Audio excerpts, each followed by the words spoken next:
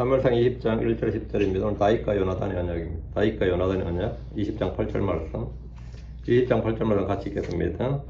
그러므로 너는 내 종에게 친절히 대하라. 이는 내가 내 종을 너와 함께 주의 언약 안으로 이끌었기 때문이라. 그럼에도 불구하고 내 안에 불법이 있거든 내가 친히 나를 죽이라.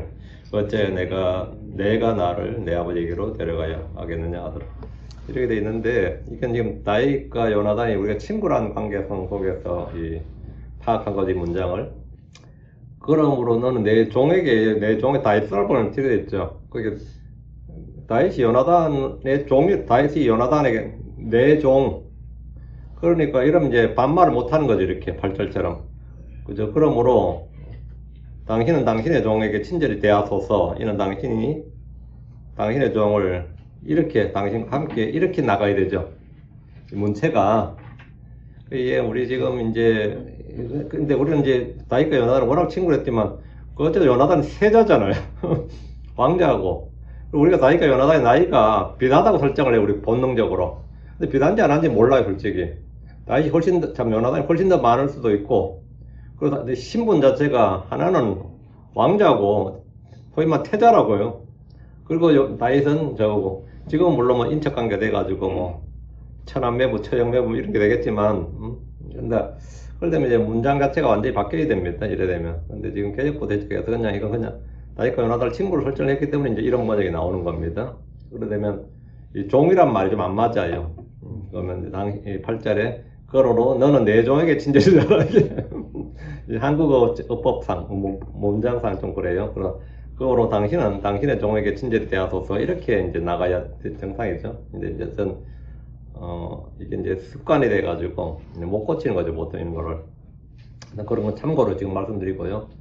저도 이게 문체를 한번 다 손을 한번 봐야 된다고 생각합니다.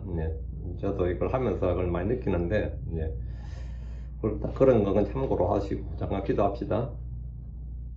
이래야 여러분 주하나님 감사합니다. 하나님께 은혜 주셔서 오늘 주의 말씀을 선포합니다. 선포되는 모든 말씀에 기름 부어주시고, 주께서 또 듣는 모든 혼들에게 은혜를 넘치게 하시길 간구합니다. 주께서 주와 지혜와 계시함을 주시고 깨닫는 마음을 주시옵소서. 말씀을 들을 수 있는 귀를 주시길 간구하고 전능자 주 하나님 도와주시고 은혜 베풀어 주십시오. 아버지 오늘 온종일 또 주의 첫날 이 주의 전에 모인 모든 혼들을 기억하옵소서. 저희 몸이 주의 성전입니다.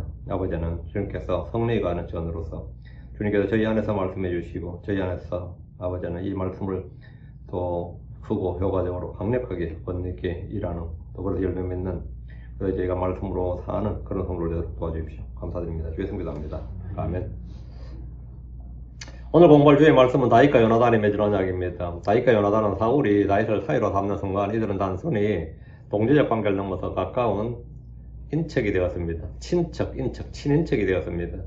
미갈이 요나단의 여동생이기 때문입니다. 다윗은 골리앗을 죽인 그날부터 요나단과 막한 사이가 되었는데 성경은 사무엘상 8장에 보면 18장 1절에 요나단의 혼이 다윗의 혼과 굳게 결합되었더라. 이에 요나단이 그를 자기 자신의 혼과 같이 사랑하였더라. 했습니다. 다윗에 대한 요나단의 마음은 일시적 감정이 아니라 같은 믿음, 같은 영을 소유한 사람들로서 진정한 형제애였습니다.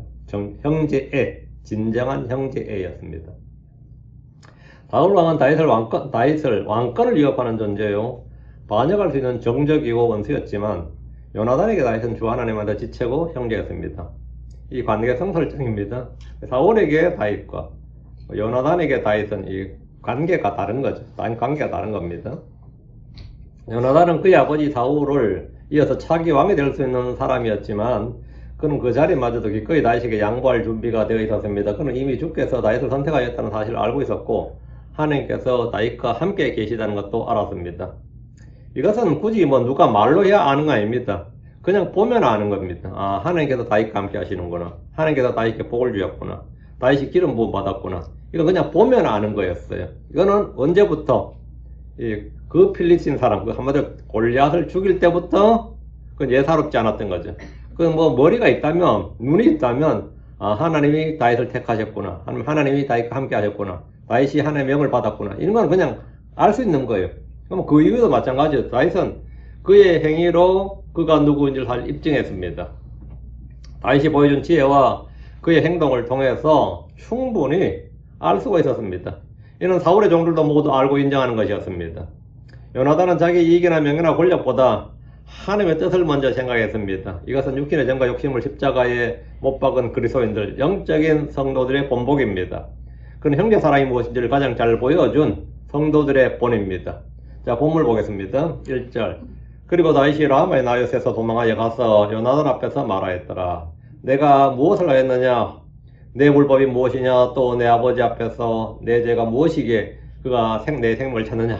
굉장히 이제 친구 관계로 설정을 해서 이렇게 이제 번역이 된 거예요. 친구 관계로 설정하니까 이 반말투가 되는 것이고, 이제 진짜 주종 관계로 설정하면 절대 이렇게 안 되죠. 그래서 내가 무엇을 하였기에 내 불법이 무엇이기에 내 아버지 앞에 내 죄가 무엇이기에 내 생명을 찾나이까, 이런 식으로 이제 해야 되는 겁니다. 이건 이제 문체에 관한 문제입니다. 문체에 관한 문제인데 어떻게 이제 설정을 하는지 달려 있어요.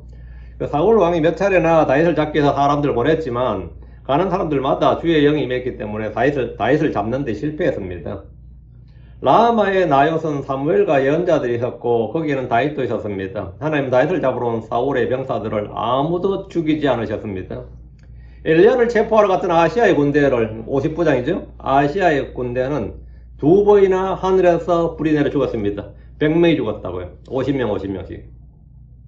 근데 세 번째가 50부장을 아예 납작 엎드려 버린 거죠. 또 죽을까봐, 자기가 죽을까봐 엘리야 앞에서 그냥 엎드려, 제발 죽이지 말아달라고. 그런 일이 있었어요. 엘리사가 베델로 올라가는데 어린아이들이 도시에서 나와서 너 대머리에 올라가라, 너 대머리에 올라가라 했죠. 엘리야가 올라가더니까 니 그 제자리에 니도 올라가라고. 그리고 엘리사는 대머리였는데 너 대머리에 올라가라, 너 대머리에 올라가라 했어요. 그래서 조롱을 했다가 숲에서 나온 암곰 2마리에게 42명이나 찢겨 죽었습니다. 찢겨 죽임을 당했어요. 42마리. 이건 대형 사건이죠. 요즘 같으면 정권 퇴진 운동이 일어날 일입니다. 이 정도면 뭐 세월호 참사 이상입니다. 애 42이 죽었는데 누가 책임져야 돼요? 응? 근데 이게 사실 엘리사가 저주를 해서 죽은 거예요. 엘리사가 저주해서 그 42명이 죽었다고.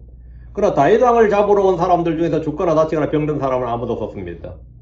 사무엘이나 다윗은 라마의 나요스로는 사울의 군대를 대적하여 저주하는 기도를 하거나 정죄나 심판해 달라는 기도를 하지 않았습니다. 이것은 다윗의 사역이 백성들의 구원자요 구출자이지 심판자가 아니기 때문입니다. 다윗은 이스라엘의 대장이고 양떼를 먹이는 목자로 기름 부음을 받았습니다. 그래서 다윗은 사울을 상대로 또는 백성들을 상대로 싸우지 않았습니다. 다윗은 적들을 향해서는 두려움 없이 칼날을 휘둘렀고 용맹, 그런 용장이 없었습니다. 그러나 자기 형제들에 대해서는 자기를 저주하든 심판하든 돌로 치려고 돌을 집었던 간에 스스로 고난을 자처했는데 이는 그가 예수 그리스도의 모형이라는 겁니다. 엘리야는 하나님을 대적하는 이스라엘을 심판하는 심판자의 모형입니다. 비를 내리지 않는 것부터 엘리야는 심판자의 모형이에요. 그러니까 그냥 불을 내려 죽이는 겁니다. 그 심판자의 모형이고, 다윗은 그들이 목자. 다윗은 이스라엘의 목자예요. 목자. 이스라엘 목자. 그 구원자의 모형이죠. 그래서 이 완전히 사역이 다른 겁니다. 그래서 우리는 간혹 성경에서 일관성이 없는 문제로 해서 곤란을 겪는 경우가 있습니다. 하나님께서 이 사람에게는 그냥 막 죽여버리시는데, 이런 경우는 전혀 긍휼을 베풀고 이렇게 한 번, 두 번 용서를 하신 정도가 아니라 계속 이렇게 하는 거 있잖아요. 일관성이 좀 없다고, 실제로. 어떤 사람은 큰 죄를 지었음에도 긍휼을 입고, 어떤 사람은 그리 큰 죄로 보이지 않는데도 바로 심판을 받고, 누가요? 우사 같은 사람? 우사 같은 사람은 그냥 즉사했죠. 또 아론의 아들 둘 그냥 즉사했잖아요. 바로 불이 나도 즉사했단 말이죠. 근데 어떤 경우는 뭐죠?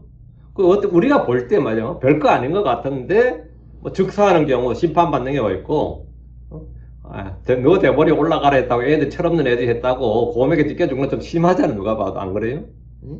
심하잖아요. 그러니까 이게 성경에 일관성이 없는 것처럼 보일 때 있다고요. 우리는 하나님의 판단을 다 알 수가 없습니다. 하나님의 판단, 하나님의 심판을 다 알 수가 없어요.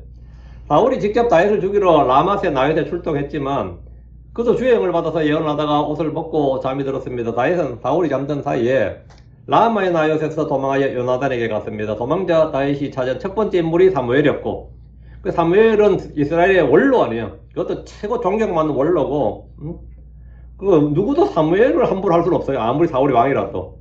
사무엘이 자기를 보호해줄 줄 알았는데, 이 간이 배 밖에 나왔는지 사울이 사무엘한테까지 막 오는 거예요. 그것도 군대를 거느리고. 이 다윗도 그까지는 예상 못했을 겁니다. 그 종격만 올라오고 하나님의 선견자인 사무엘이 라마의 나요까지 한국으로 치면 뭡니까? 경찰청장이 명동성당 본당을 쳐들어가는 거예요. 그것도 예배 드리는데. 그러면 뭐 캐톨릭 뒤집어지는 거죠. 캐톨릭뿐만 아니라 캐톨릭 아닌 사람들조차도 그건 너무했네 그런다고. 근데 라마의 나요, 사무엘이는 라마의 나요에서 군대를 내리고 사울이 한번 갔다고 생각해 보세요. 누가 봐도 뭡니까? 아, 사울 양심했네. 그거는 할 짓이 못 된다. 선을 넘었네. 이런 생각이 들잖아요. 근데 사울의 눈에는 지금 뭐 근계 중요한 게 아니에요. 무조건 다 죽여야 되는 거예요. 욕은 잠깐이고 뭡니까? 정권은 영구하다. 뭐 이런 거지. 그런 식이었단 말이죠. 그러니까 이 다윗도 놀랐죠. 그까지 쳐들어올 줄이야. 군대 보낸 것까지 그러나 쳤는데 직접 그까지 올 줄이야. 그래서 다시 주랭랑을 친 겁니다. 두 번째 간 사람이 누구냐? 요나단이었어요. 그 선견자인 사무엘이 이 문제를 깨끗하게 해결해 줄 수 없는 문제였다는 거죠. 그래서 요나단이 가서 도움을 요청하려 했는데 다윗은 요나단에게 내가 무엇을 하였느냐, 내 불법이 무엇이냐며 자신의 무죄와 부당에 대한 억울함을 호소했습니다. 다윗은 자기를 죽이려 드는 사울 왕의 부당한 처사에 대해서 왕의 아들 요나단에게 쏟아냈습니다. 다윗이 지금 자기 속마음을 이야기할 수 있고 쏟아낼 수 있는 유일한 사람이 그나마 친구 아니면 형제 요나단밖에 없었습니다. 또 내 아버지 앞에서 내 죄가 무엇이기에 그가 내 생명을 찾느냐. 그래서 요나단 너라도 내 생명을 좀 보호해달라 시켜달라는 거예요. 다윗이 이런 항변은 도움을 청하는 구조 요청이고 위로를 받으려는 겁니다. 다윗은 절박하게 날 좀 도와달라고 외치고 있습니다. 사울은 다윗에게 죄가 있어서 그의 생명을 찾는 것이 아니라 왕권의 위협이 되기 때문에 아마 정권의 위협이 되기 때문에 그를 죽이라는 겁니다. 이것은 법의 문제가 아니라 정치적 문제였습니다. 정치적 헤게모니의 문제였어요. 2절 이에 그가 그에게 말하였더라. 하나님께서 금하시느니라. 이 God forbid 이 부분요. 하나님께서 금하시느니라. 내가 죽지 아니하리라. 보라 내 아버지께서 큰 일이든 작은 일이든 그가 그것을 내게 알려주지 않고는 아무 일도 하지 아니하실 것이라. 그리고 어찌하여 아버지가 이를 내게 숨기시리요. 그렇지 아니하니라. 이 부분 여기 하나님 God forbid 이 부분을 쫙 건드려요. 여기 이제 그냥 God forbid 이렇게 돼 있으니까 이걸 이제 기원문으로 보면 하나님께서 금지하실지어로다 뭐 하나님께서 금하시길 원하노라 했는데 이러면 이 어법의 힘이 확 죽어요. 이에 그가 그에게 말하였더라.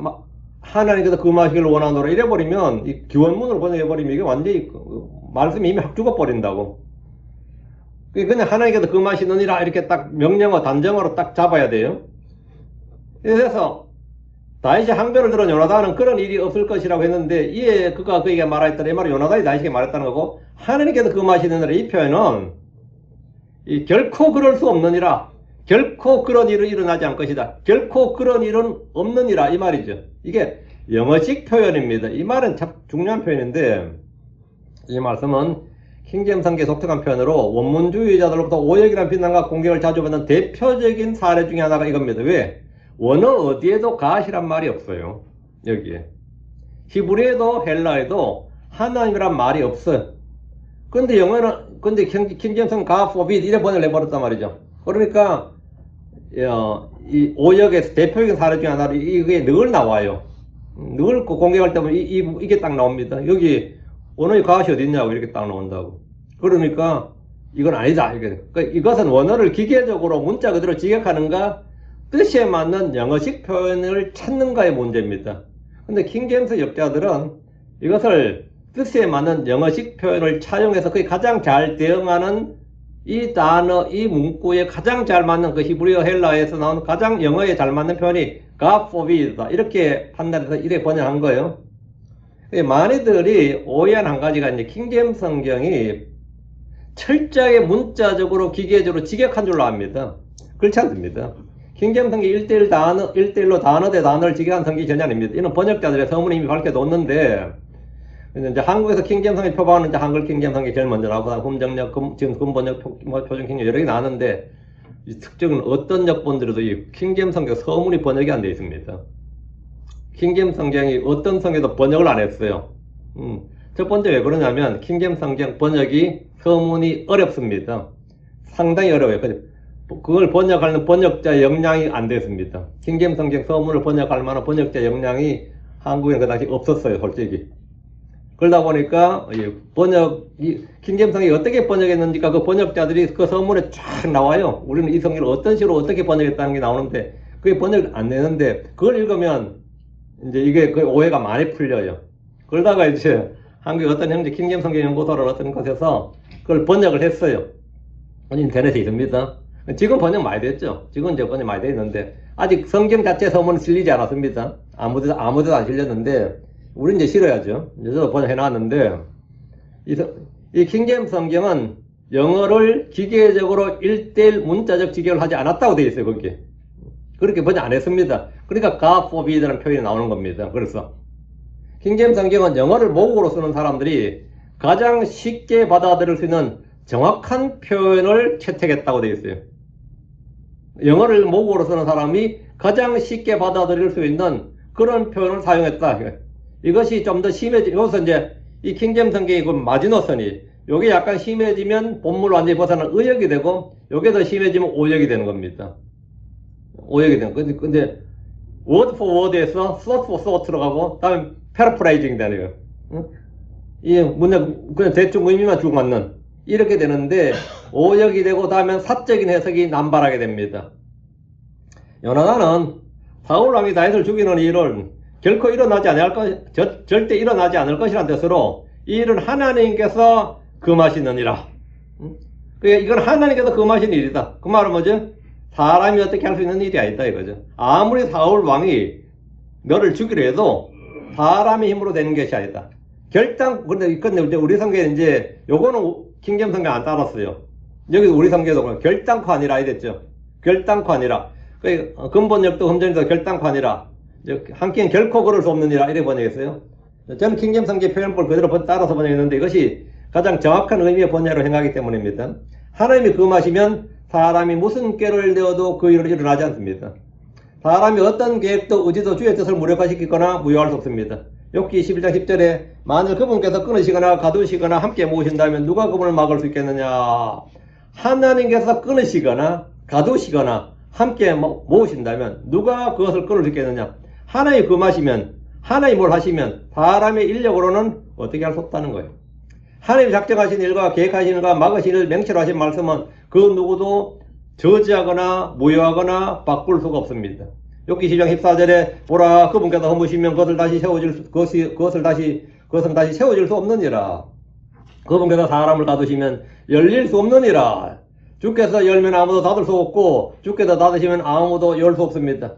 계시록 3장 7절에 그리고 필라델피아에 있는 교회 천사에게 쓰라 거룩하니 진실하니 다윗의 열쇠를 가진 이가 이것들을 말하노니 그가 열면 어떤 사람도 닫지 못하고 그가 닫으면 어떤 사람도 열지 못하느니라. 요나단이 말한 하나님이 금하시느니라 이 말은 바로 이런 걸 말합니다. 하나님이 금하시느니라. 하나님이 다윗을 지키시면 사울 왕이 아무리 그를 죽이려 해도 다윗의 생명은 안전하며 죽지 않습니다.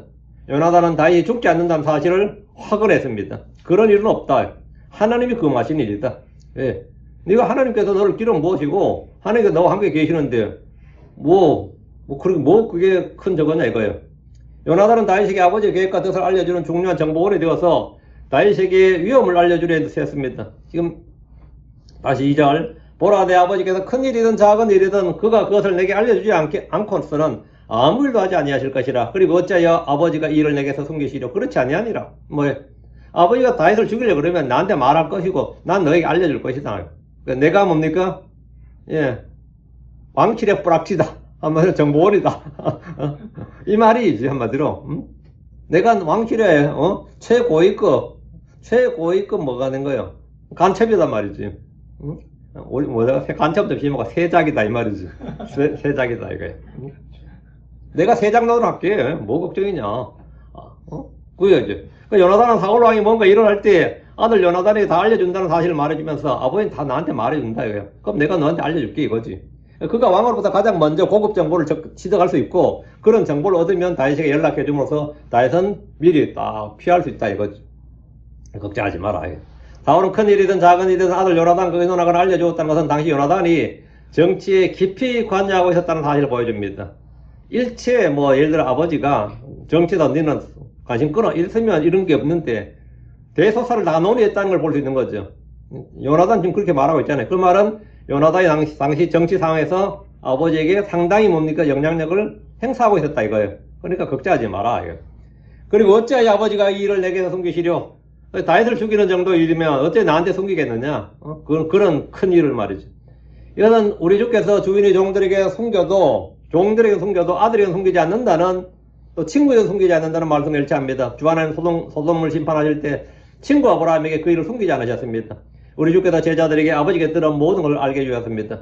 요한복음 15장 15절에 이제부터는 내가 너희를 종들아 부르지 아니하리라. 이는 종은 자기 주인이 하는 것을 알지 못하기 때문이라. 오히려 내가 너희를 친구라 불렀나니 이는 내가 내 아버지께 들은 모든 걸 너희에게 알게 해 주었기 때문이라. 이게 뭡니까? 그러니까 당연히 사울왕도 요나단이 아들이니까 다 알게 해주고 다 말해준다 이거예요. 그러니까 요나단에게 다윗은 종이 아니라 친구였습니다. 니도 나에게 뭐다? 종이 아니라 친구니까 다 말해주겠다 이거예요. 사울이 요나단에게 그가 하는 일을 숨기지 않는 것은 그가 아들이기 때문입니다. 마찬가지로 요나단이 다윗에게 전혀 숨기지 않는 것은 그가 친구이기 때문입니다. 성경에서 말한 형제와 친구는 목숨을 내어 놓을 수 있는 그런 관계를 말합니다. 예수님께서 아버지께 받은 말씀을 우리에게 모두 말씀해 주신 것은 우리가 그분의 형제요 친구들이기 때문입니다. 3절 그리고 다윗이 더욱 맹세하여 말하였더라. 내 아버지는 내가 내 눈에 은혜를 받은 줄을 확실히 아느니라. 또 그가 말하였더라. 요나단이 이것을 알지 못하게 하리니 그가 근심할까 하노라. 그러나 진실로 주께서 살아계시고 내 혼이 살아있는 한 나와 죽음 사이는 단 한 걸음뿐이니라. 그러니까 요나단이 2절에서 내가 너에게 다 알려주고 하겠다고 하니까 지금 다윗이 말한 거야. 그렇지 않다는 거예요. 예. 내 아버지는 내가 내 눈에 은혜를 받은 입은 줄을 확실히 아느니라. 이 말은 뭐죠? 니하고 나하고 한편 줄을 사울도 안다. 이거 사울왕도 안다. 그러니까 너한테는 비밀로 할 것이다. 이거죠. 3절은. 응? 내가 죽음과 나와 죽음 사이는 단 한 걸음뿐이다. 내가 죽음과 단지 한 걸음 떨어져 있다. 이 말이죠.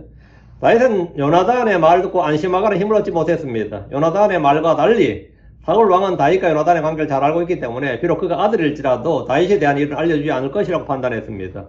그리고 다윗이 더욱 맹세하여 말하였더라. 이 표현했죠. 그리고 다윗이 더욱 맹세하여 말했다. 이게 뭔 말이냐면 이 말은 이 성경적 표현이에요. 더욱 확신하며 말했다. 일말에 의심 없이 말했다. 이거. 내가 하는 말에 추워도 의심이나 불확실성이 없다. 이 말은 분명하다. 이게요. 더욱 맹세하여 말하였더라. 더욱 맹세하여 이 말은 뭐냐면 이 말은 뭐 틀림없는 말이다. 100% 장담한다. 개런티한다. 이거예요.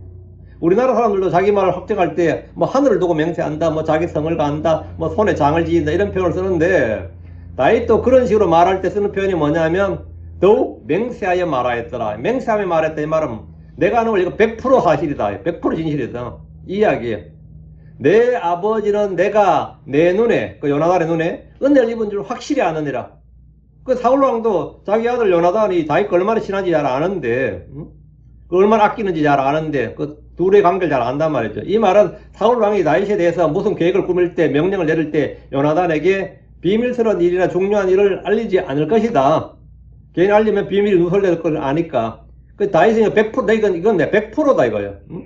다윗은 요나단이 한 말에 전혀 동의하지 않은 걸 보여줍니다. 사울도 요나단이 다윗의 편이고 다윗에게 우호적임을 잘 알고 있다는 것이 근거입니다.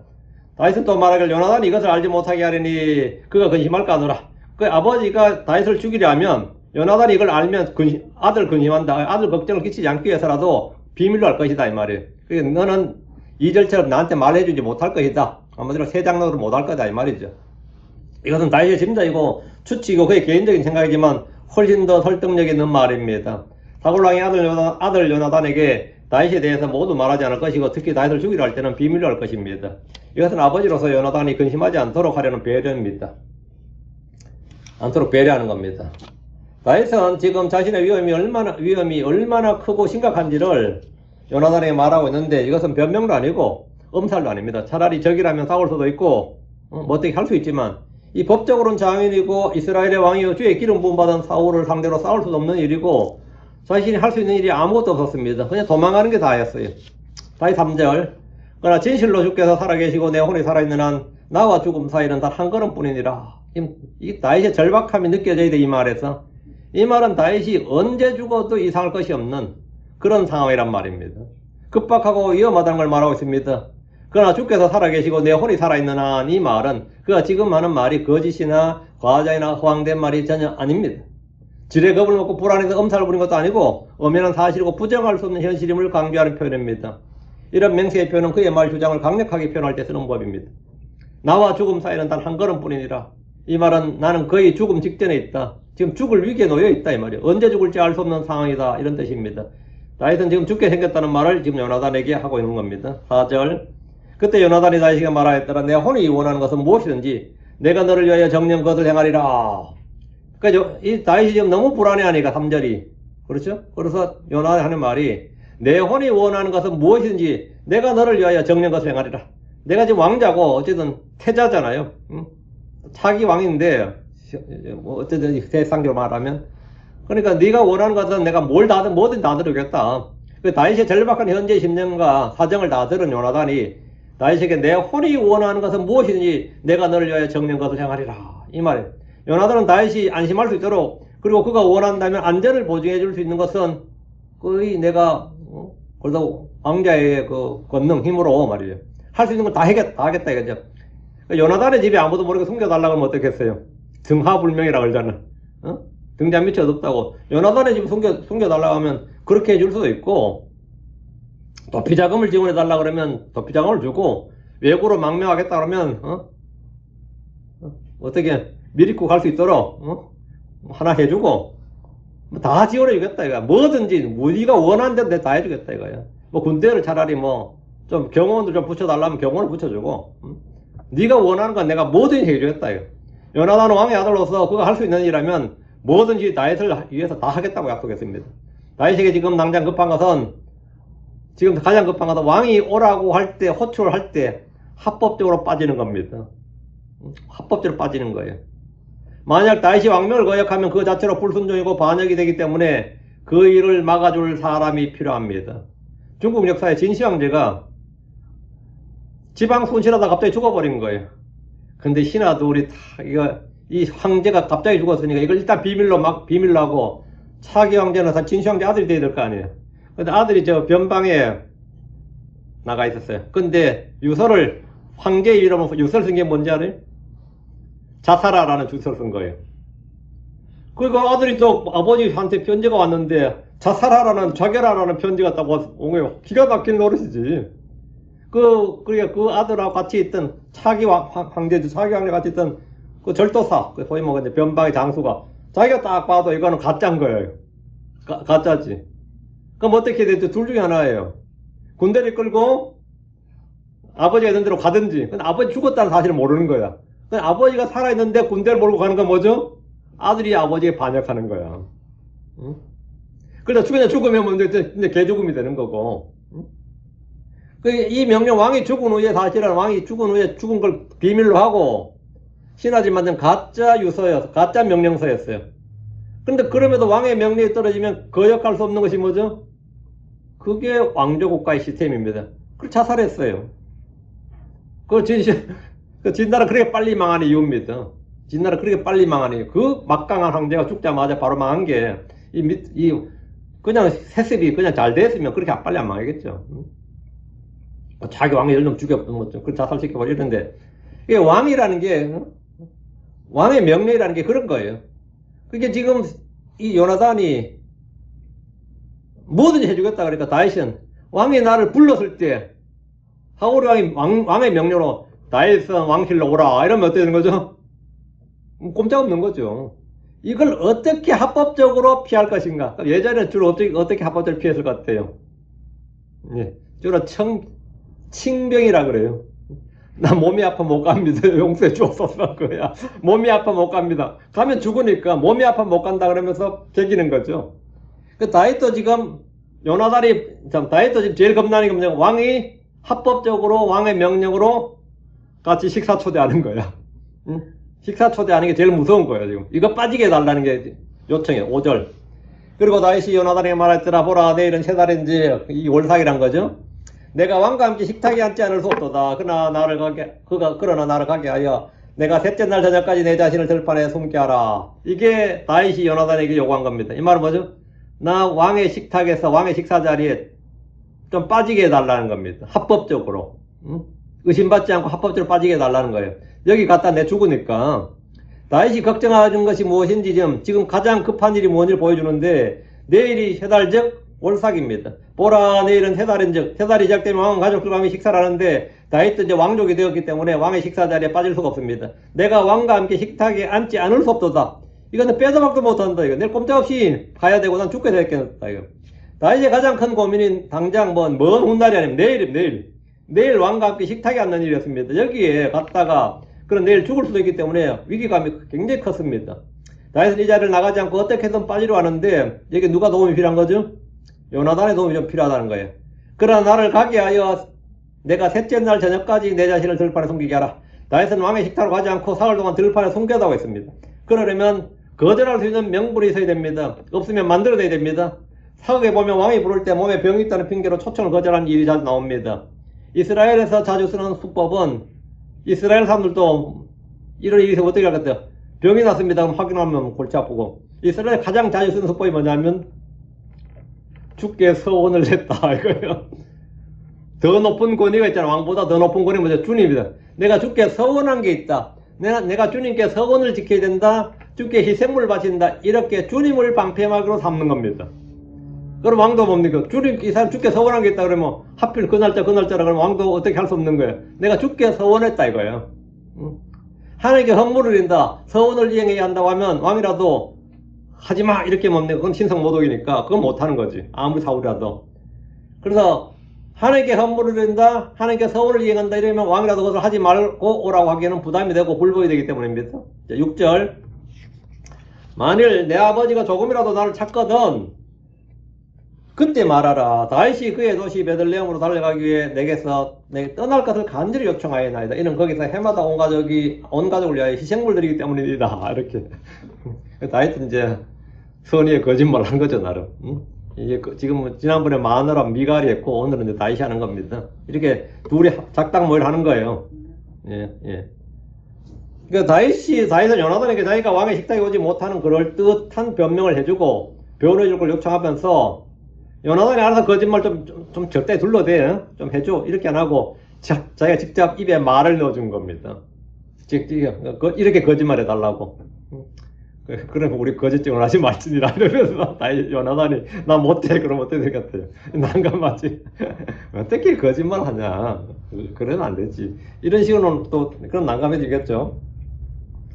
어쨌든 다윗은 요나단에게 자기가 왕의 식탁에 오지 못한다는 그럴듯한 변명을 해주고 변호해 줄 것을 요청했습니다. 네가 뭘 한다, 뭐든지 해준다 그랬으니까 거짓말 좀 해줘 이 말이에요.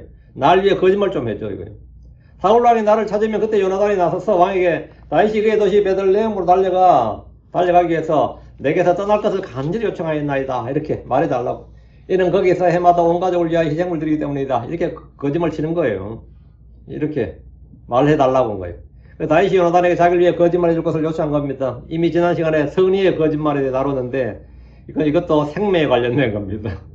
이익에 관련된 것이면 이거는 뭐 부정, 부패, 불법, 뭐 죄, 이렇게 쫙 나오는 것이고요. 이게 생명에 관련된 겁니다. 생명을 살리느냐 죽이느냐의 문제라고. 이때 용인되는 게 뭐다? 거짓말이에요. 이때. 다윗도 이런 거짓말을 한 사람들 중에 하나입니다. 여러분도 뭐 여러분 자식 살려야 된다. 누구 살려야 된다 그러면 당국에 누군 거짓말 해야지 어떻게 해. 응? 거짓말 해야지 뭐 우리의 적이 있어 이래요. 그럴 수 없잖아. 그건 죄도 아니에요. 그건 죄도 아니다고. 그러니까 선의의 거짓말 때도 다윗도 이런 거짓말을 한 사람들 중에 하나입니다. 다윗은 요나단에게 할 말을 넣어줬습니다. 뭐라고 거짓말을 해야 되는지도 말해줬는데 다윗은 요나단의 허락을 받고 베들레헴으로 갔다고 말해달라는 겁니다. 그 왕이 막 성질 내면 왕자의 내가 허락했다고 나한테 요청했는데 내가 미리 가라고 허락했다 이렇게 해서 네가 내일 좀 나에게 총대를 매라 방패막이가 되달라 이거예요. 왕의 허락을 받지는 않았지만 왕의 아들인 요나단의 허락을 받고 이 자리에 나오지 않았고 다윗이 독단적으로 결정하고 행동한 것이 아니라 요나단에게 간절히 요청했고 요나단이 이를 허락했다 이렇게 형식을 맞추면 이는 이제 둘이 이제 공모해서 사울왕을 속이자는 것인데 하여튼 이렇게 좀 해달라는 거였습니다. 그 리브가와 야곱이 공모해서 아버지 이삭을 속여서 형 에서의 복을 빼앗은 적이 있습니다. 그렇죠? 라헬은 자기 아버지의 소유의 형상들을 훔치고 그것들을 낙타의 안장 속에 넣고 그 위에 앉아서는 아버지에게 거짓말을 했습니다. 이들의 거짓말은 자기 이익을 위한 것이었죠. 의를 위해서나 생명을 구하기 위해서가 아닙니다.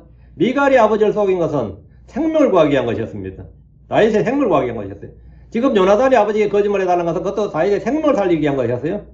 지금 다윗과 요나단은 자기 이익을 위해서 하는 일이 아닙니다. 이 거짓을 공모하는 것은 생명을 구하기 위한 것이었습니다.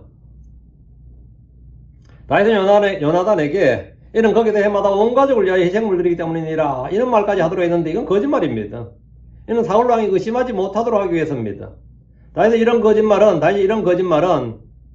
물론 우리가 이제 거짓말 어느 정도 합리화를 시켜주고 정당을 시켜주긴 하는데 참 이게 역사는 반복된다고 성경에 보면 말이에요. 다 뿌린 대로 거둡니다.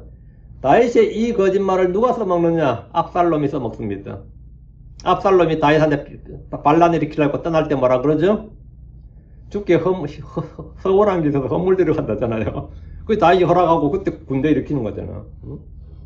사무엘 15장 7절 8절에 보면 그리고 40년 뒤에 이런 일이 있었으니 압살롬이 왕에게 말하였더라. 내가 왕께 청하오니 내가 가서 헤브론에서 나의 서원을 갖게 하소서. 내가 헤브론에서 주께 서원하였나이다. 이는 왕의 종이 서원으로 맹세하였으니 제가 시리아의 그 술에 머물렀을 때 말하였더라. 만일 주께서 참으로 나를 예루살렘으로 다시 데려가시면 그때 내가 주를 섬기리다. 이렇게 서원했다는 거예요.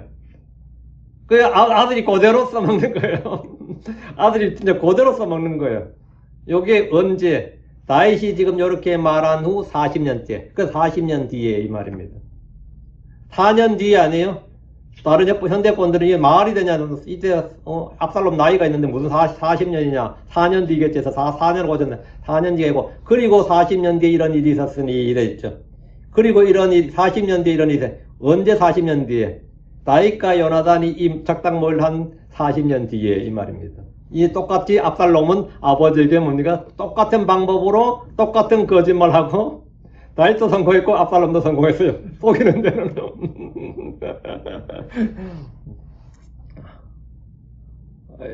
그냥 들으세요.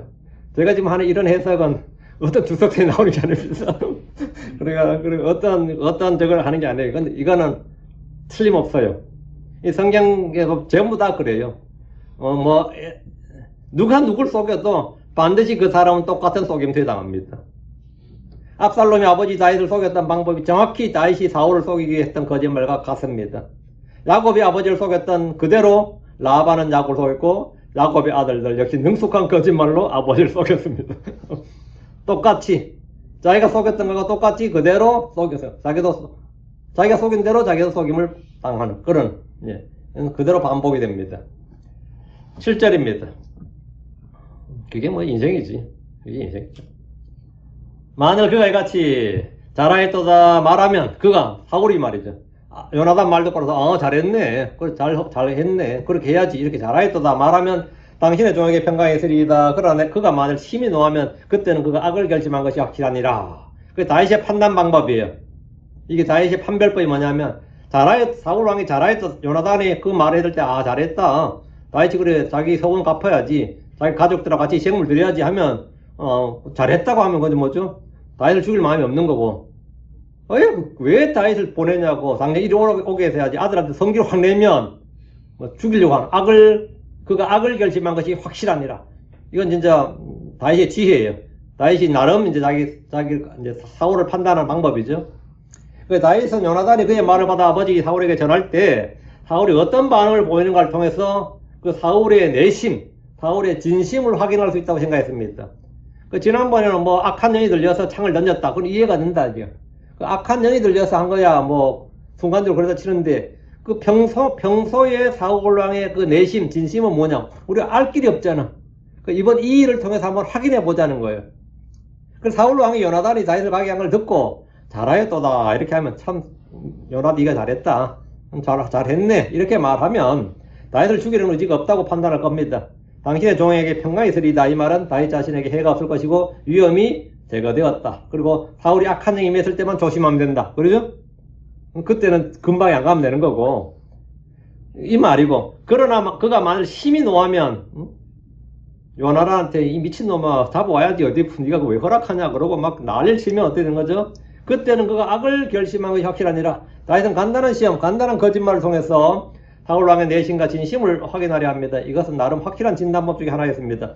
그러나 다윗은 주의 영을 지닌 사람으로서 주님께 묻는 것이 더 낫습니다. 주님께 묻는 게 더 나아요.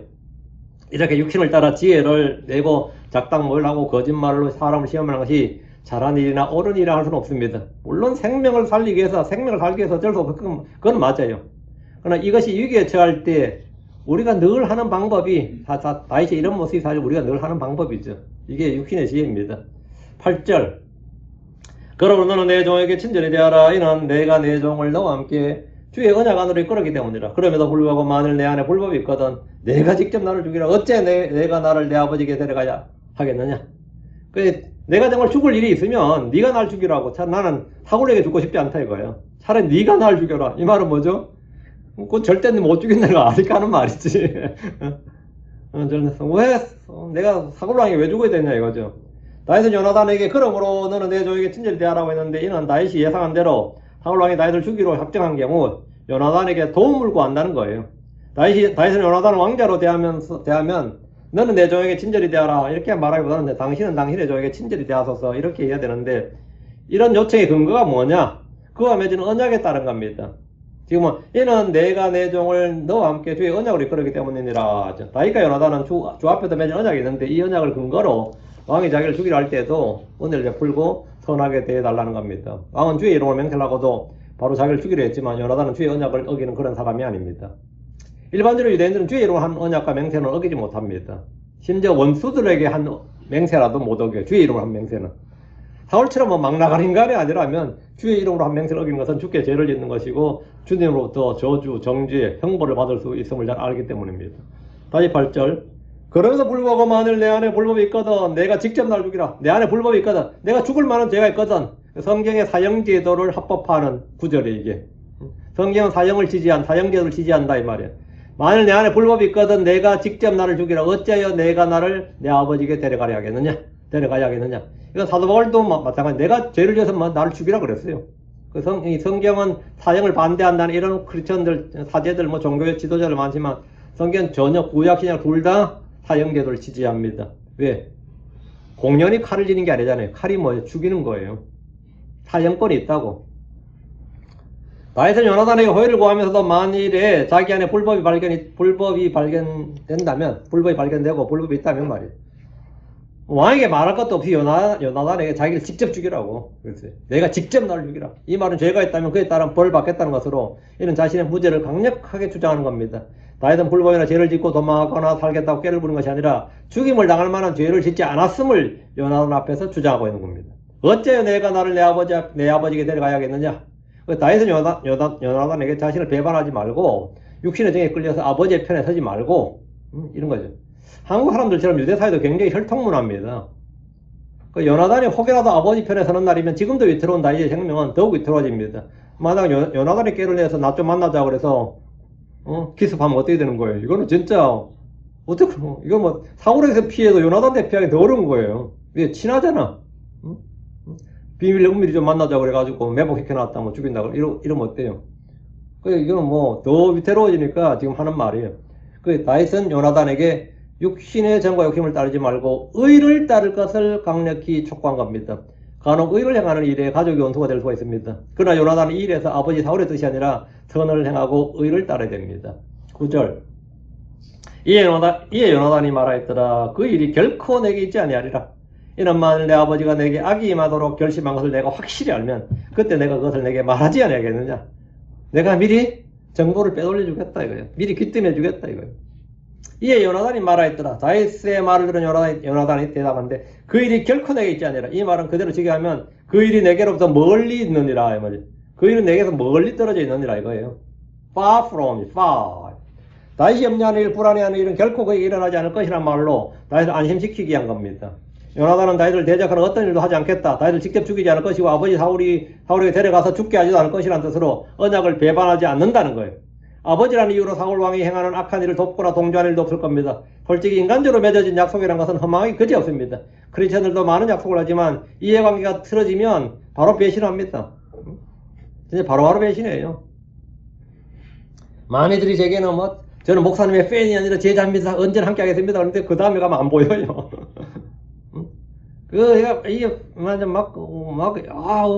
이게 열광했던 사람들이 엔티로 돌아서면 더 무서워요. 더 무서워. 차라리 안 하는 게 낫지. 절대 배반하지 않는다는 말을 서슴없이 하는데, 그러나 그들 중에 지금 남아있는 사람은 거의 없습니다. 요나단은 다윗에게 자신의 배신에 대해서 염려하지 않도록 확신을 줬습니다. 이는 만일 내 아버지가 내게 악에 임하도록 결심한 걸 내가 확실히 알면 그때 내가 그것을 내게 말하지 아니하겠느냐. 내 아버지 편에 서겠느냐 말이야. 아니다 이거죠. 내게 말해준다 이거예요. 요나단은 아버지 사울이 다윗을 죽이려는 결심을 하면 그걸 알 때 그것을 숨기지 않고 다윗에게 알려주겠다는 겁니다. 10절. 그때 다윗이 요나단에게 말하였더라. 누가 그것을 말하겠느냐. 혹은 만일 내 아버지가 내게 거칠게 대하면 어찌하겠느냐. 이 다윗은 요나단이 뭐라고 말해도 지금 못 믿고 있어요. 그죠? 대답 보면 요나단이 뭐라고 하면 다윗은 뭡니까? 고맙다 이러면 되는데 알았다 고맙다 하는데 전혀 그렇지 않잖아요. 좀 더 확실하게 좀 더 구체적으로 뭘 요구하고 있어요. 다시 요나단이 누가 그것을 말하겠느냐 이 뭐예요? 요나단이 아버지 사울의 계획을 알아도 그 정보를 속히 다윗에게 전달하는 일을 누가 하겠느냐는 겁니다. 누가 하겠냐고. 이 말은 또 요나단이 하겠다고 해서 쉽게 할 수 있는 일이냐 이거예요. 요나단이 직접 다윗에게 달려올 수도 없다면 믿을 만한 사람이 없다는 거예요. 그러니까 요나단이 측근을 통해서 다윗에게 전달하면 그게 정보가 또 누설될 수 있잖아. 누가 하겠냐고. 나도 믿을 만한 사람이 있어. 이게 안 되면 요나단이 직접 말하는 것 빼고는 지금 아무도 믿을 사람이 없는데 요나단이 직접 오겠느냐 이거지. 누가 그것을 말하겠느냐 이 말은 이 일이 왕에게는 반역이나 다름없는 일이기 때문에 다윗과 요나단 사이로 오고 갈 만한 그런 사람이 없다는 겁니다. 혹은 만일 내 아버지가 내게 거칠게 대답하면 어찌하겠느냐. 아버지가 성질 내면서 나한테 난리치면 네가 어떡하겠냐 이거예요.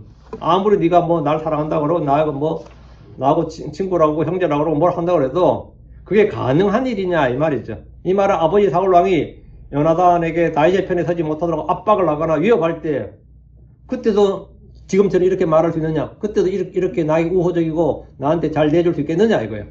요나단이 이전처럼 다윗을 변호하고 그의 편을 들 때 사울왕이 요나단을 강하게 책망할 수 있습니다. 이제 곧 나오지만 또 진짜 엄청 욕해요. 그럴 경우 요나단이 어떻게 할 것인지 묻습니다.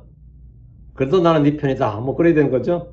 거칠게 대답하면 이 말은 왕이 분노할 경우 또는 협박할 경우 왕명으로 요나단에게 이 일에 대해서 함구할 것을 명할 경우 그가 어떻게 행동할 것인지를 묻는 겁니다. 어떻게 할 거냐. 이런 경우 아무보다 선뜻 다윗을 위해 일할 수 없을 겁니다. 요나단의 본심과 내심과 달리 다윗을 돕는 일이 그리 쉽지 않다는 것을 다윗도 알고 있기 때문에 이에 대한 대비책이 좀 필요하다는 겁니다. 다윗은 요나단으로부터 좀 더 확실한 언약과 또는 맹세를 원했습니다. 그러다 이제 요나단이 그럼 또 여기 대해서 어떻게 하겠다고 말해줘야 되죠. 내가 직접 와서 직접 다윗에게 이걸 말해주겠다. 이게 해서 이제 뭐 하냐면 우리끼리 사인을 하나 만들자. 이제 이렇게 직접 못하니까 직접 말해주고 하고 그건 어려우니까 그럼 뭐 사인을 하나 만들자. 아버지가 죽이려 하면 내가 이렇게 너에게 사인을 해주고 아니면 안 죽이려 하면 이렇게 사인해주고 그거는 이제 다음 시간에 계속 하겠습니다. 사무엘기를 보니까 꼭 드라마 같네. 이건 다음 시간에. 이거는 아주 중요한 장면이니까요. 예. 그래서 아무래도 둘이만 하는 은밀한 비밀 신호를 이제 약정을 하죠. 화살을 쏘는 걸로 해가지고 서로가 이제 합니다. 자, 기도합시다. 이제 고르건 유하는 감사합니다. 하나님께 은혜 주셔서 참 늘 저희가 주의 말씀을 접하고 있습니다. 아버지는 저희가 평생처럼 곁에 두고 이 책에 기록된 말씀들을 접합니다. 아버지 저희가 듣고 읽을 때 또 아버지 말할 때 주의 영께서 함께 해주시옵소서. 저희가 사랑하는 진리를 말하고 또 이 말씀 안에서 자라게 하여 주시길 간구합니다. 저희가 그리스도 예수 안에 깊이 뿌리를 내리게 하시고 저희가 점점 성장을 시도해 주시옵시고 열매 맺게 해 주시옵소서. 저희가 아버지 하나님 저희 속에 참 믿음이 더 증대되길 원합니다. 주님께서 저에게 복을 주시옵소서. 오늘도 주님께서 주의 영을 충만케 하시고 은혜 넘친 시간이 되게 해주십시오. 감사드립니다. 주의 승리합니다. 아멘.